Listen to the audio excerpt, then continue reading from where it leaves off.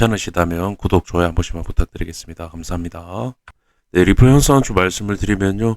지금 상승분을 지금 반납하는 그림이 나오고 있고 중요하게 보셔야 될 움직임 좀 말씀을 드리면요.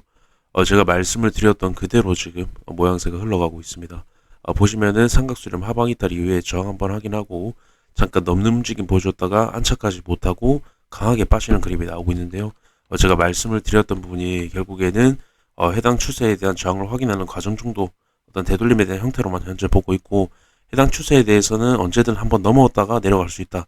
코인은 어떤 추세에 대해서 정확하게 터치하고 저항을 받는 이런 식의 경우도 있지만 이런 식으로 한번 위로 올린 다음에 떨어뜨리는 경우도 있다라고 말씀을 드렸습니다. 지금의 경우가 그 경우일 확률이 높다라고 말씀을 드렸고요.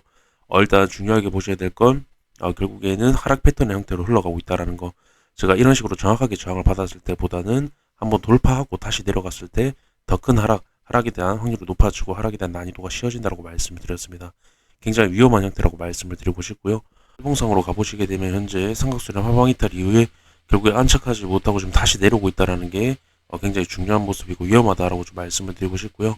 일단 비트코인 잠깐 말씀을 드리면 비트코인도 어제 말씀을 드렸던 부분이 이전 이탈이 나왔던 구간에 대한 되돌림 수준으로만 본다.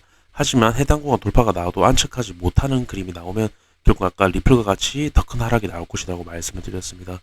결국 현재 비트코인 이전 이탈분에 대해서 되돌림에 대한 수준까지만 반등 그리고 잠깐 넘는 움직임 보여줬지만은 다시 하락시키면서 다시 이탈시키는 그림이 나오고 있다는 겁니다.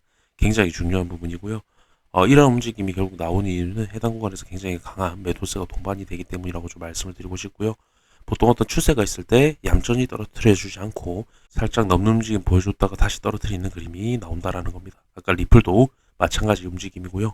네, 그래서 비트코인도 현재 고점에서 나오는 상황 굉장히 좋지 않다라고 말씀을 드리고 싶고요. 분명 이런 식으로 추세를 한번 넘는다라고 하면 분명 다시 추가적인 상승을 만드나라고 하면서 매수세가 붙을 겁니다. 하지만 매수세가 붙었는데도 불구하고 강하게 떨어뜨리는 그림이 나왔다라는 거고요. 고점에서 굉장히 매도세가 강하다는 걸 한 번 더 인증을 시켜주고 있는 그런 모습이라고 좀 말씀을 드리고 싶습니다. 네, 이렇게 좀 말씀을 드리면서 다시 리플로 좀 가보게 되면요.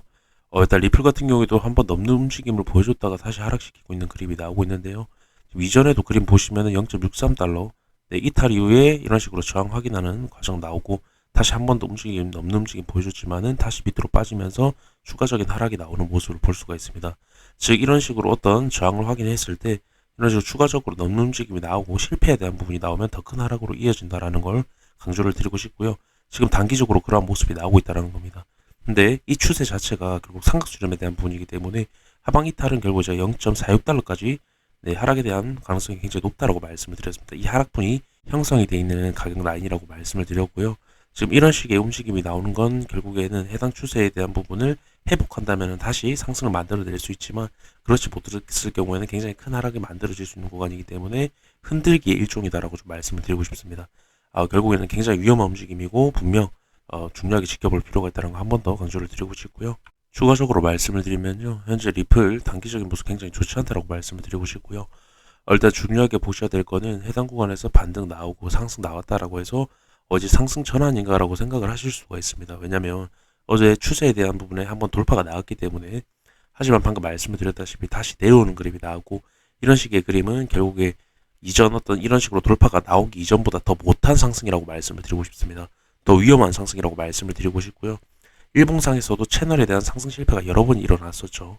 이 어떤 큰 부분에서도 이미 매도세가 강해지고 있다는 겁니다. 그렇기 때문에 삼각수렴에 대한 하방 이탈에 대한 부분도 나온 거고요. 보통은 삼각수렴이라고 하면은 하방 이탈보다는 상방 이탈에 대한 부분이 보통은 많이 나오는 편입니다.